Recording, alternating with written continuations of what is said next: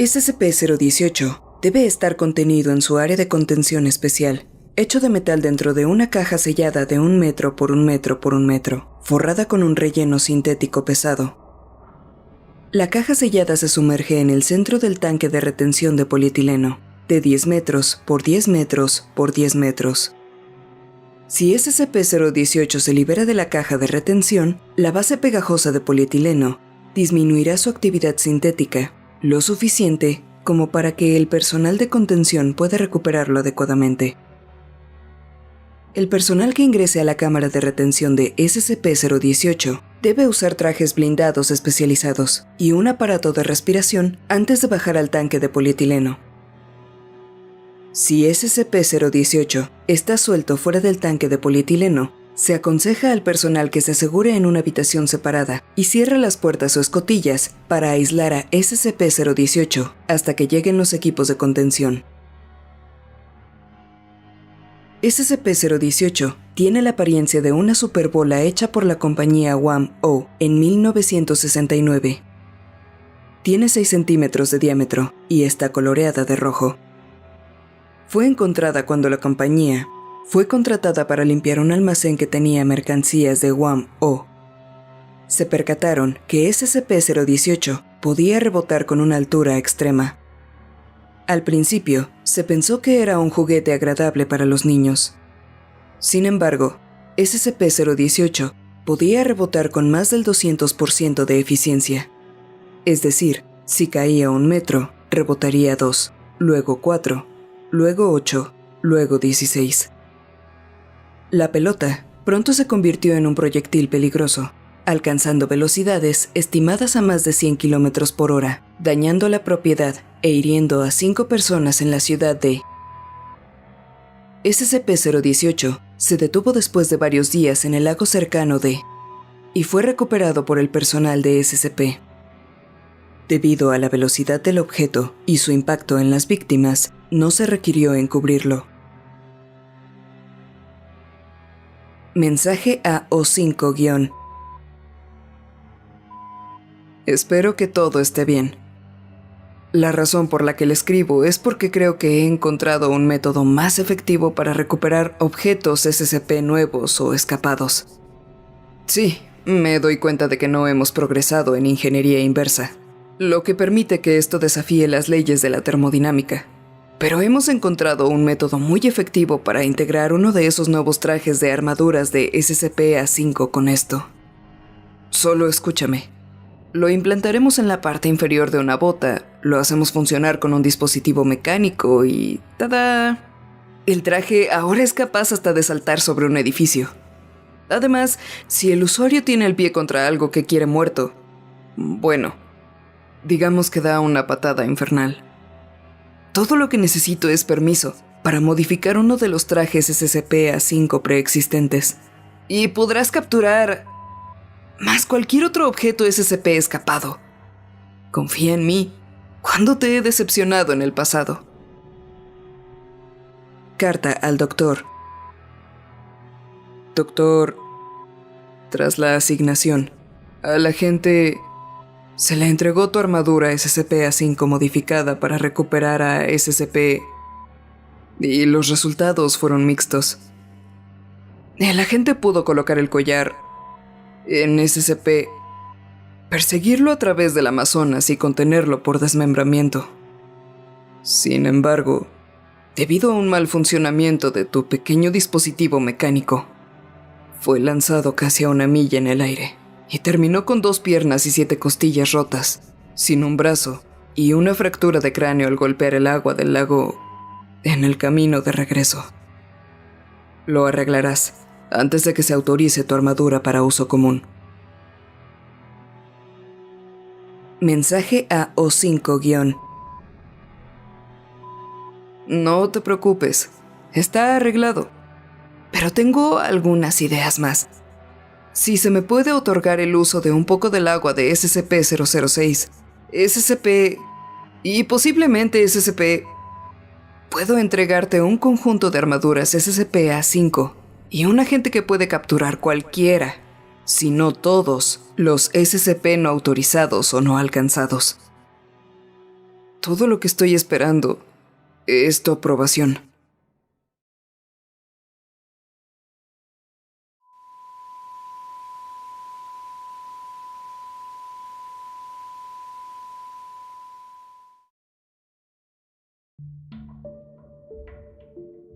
SCP-019 debe mantenerse en una rejilla ancha, en una sala de concreto reforzado de 3 metros por 3 metros por 4 metros, instalada con un incinerador. La habitación debe mantenerse a 0 grados Celsius cuando el incinerador no esté activado. Se debe usar una cámara separada por una ventana de vidrio cilindrado para la observación constante de SCP-019. Y si se observan muestras de SCP-019-2, se debe activar el incinerador. En el caso de un brote de SCP-019-2, las armas de fuego ordinarias tienen éxito en la terminación de especies individuales, aunque en el caso de un brote a nivel de enjambre, los lanzallamas pueden ser más efectivos. SCP-019 debe mantenerse en posición vertical en todo momento. SCP-019 parece ser un jarrón de cerámica muy grande, de 1.8 metros de diámetro y 2.4 metros de altura. El estilo y la decoración indican que se creó en la Grecia clásica, aunque la fecha documentada concluyente es imposible, ya que la superficie es completamente irrompible por cualquier medio conocido. Si se descubre un método exitoso, SCP-019 debe ser destruido a cualquier costo. Periódicamente, las entidades emergen de SCP-019. Colectivamente, estos se conocen como SCP-019-2. Las entidades varían en muchos aspectos, pero tienden a ser pequeñas, vagamente humanoides, y son extremadamente hostiles. A menudo eligen atacar con dientes o garras, aunque son bastante delicados. Son razonablemente fuertes y representan una amenaza considerable en grandes cantidades. Cuando se mantiene a 0 grados Celsius y totalmente en reposo, las entidades emergerán de SCP-019 a una velocidad de aproximadamente una entidad por hora. Se sabe que los siguientes rasgos afectan la tasa de manifestación de SCP-019-2. Movimiento de SCP-019. Amenaza a SCP-019. Temperaturas extremas altas y bajas. Cambio repentino en el entorno. Introducción de objetos u organismos en el interior de SCP-019. Rasgos que pueden o no influir en la tasa de manifestación de SCP-019-2. Presencia de vida humana cerca de SCP-019. Patrones climáticos actuales. Individuos específicos cerca de SCP-019. Además, ladear o inclinar a SCP-019 creará una reacción como si hubiera sido llenado previamente con muestras de SCP-019-2. Aunque los espectadores que miren a SCP-019 desde arriba simplemente observarán un agujero oscuro. Debido a las tasas de producción de SCP-019-2, cuando se altera el objeto, las medidas exactas del interior son difíciles, pero se sospecha que es inconsistente con las mediciones externas.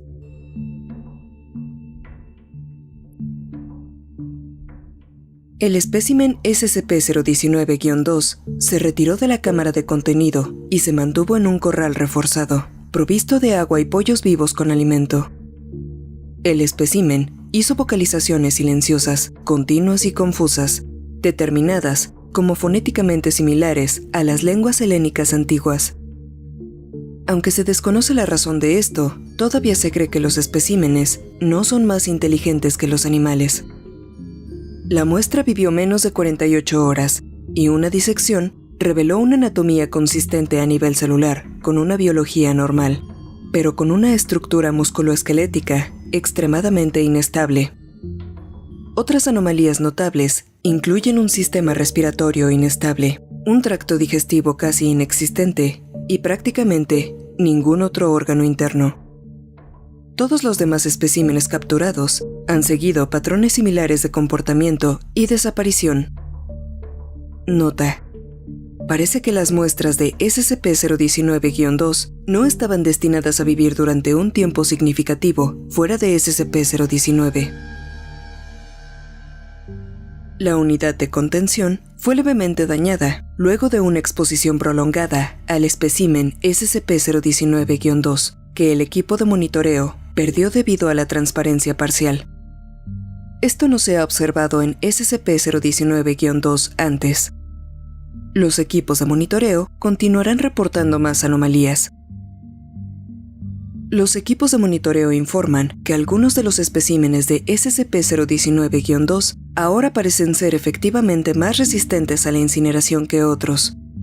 Se presume que este es un mecanismo de defensa por parte de SCP-019. La mayoría de los especímenes de SCP-019-2 ahora son completamente resistentes a los efectos del incinerador. Se está considerando reemplazar el incinerador con un baño ácido. La evolución de SCP-019-2 está siendo estudiada y puede ser evidencia de la sensibilidad de SCP-019.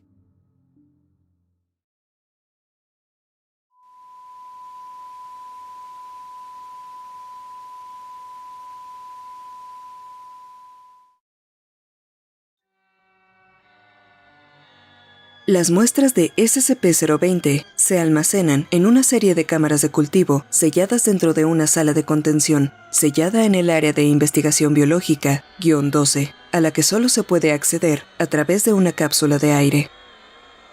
Los nutrientes se administran mediante sistemas robóticos automatizados, ya que la cámara de cultivo debe permanecer sellada en todo momento. Las cámaras de videovigilancia selladas herméticamente se instalan adentro de la sala de contención y deben monitorearse diariamente para verificar su integridad. Cualquier personal que ingrese a la sala de contención debe usar equipo de bioseguridad nivel 5, incluidos los tanques de oxígeno, y someterse a una desinfección antifúngica completa al salir.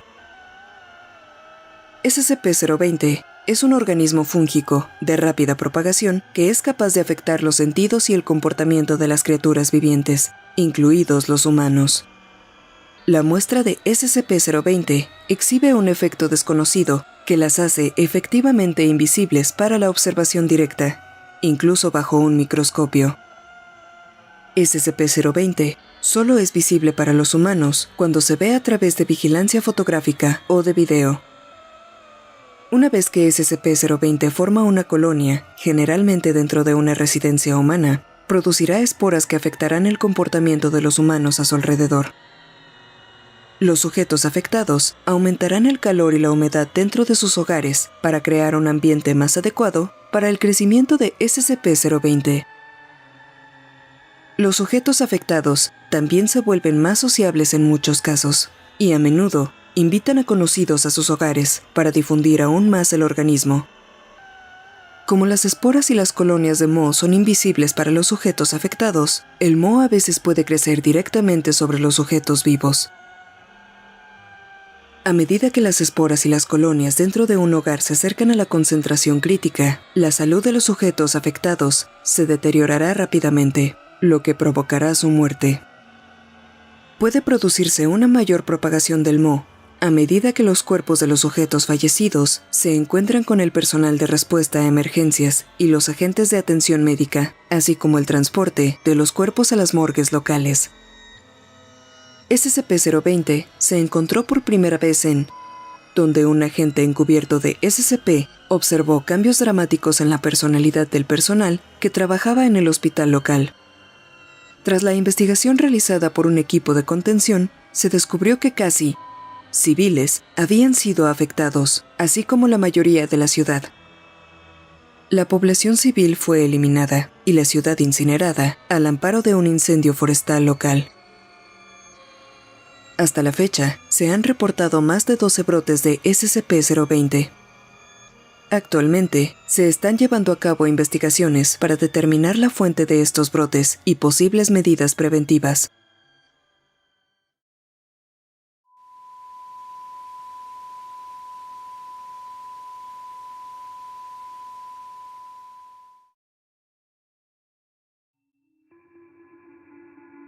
SCP-021 es un parásito del cuerpo humano.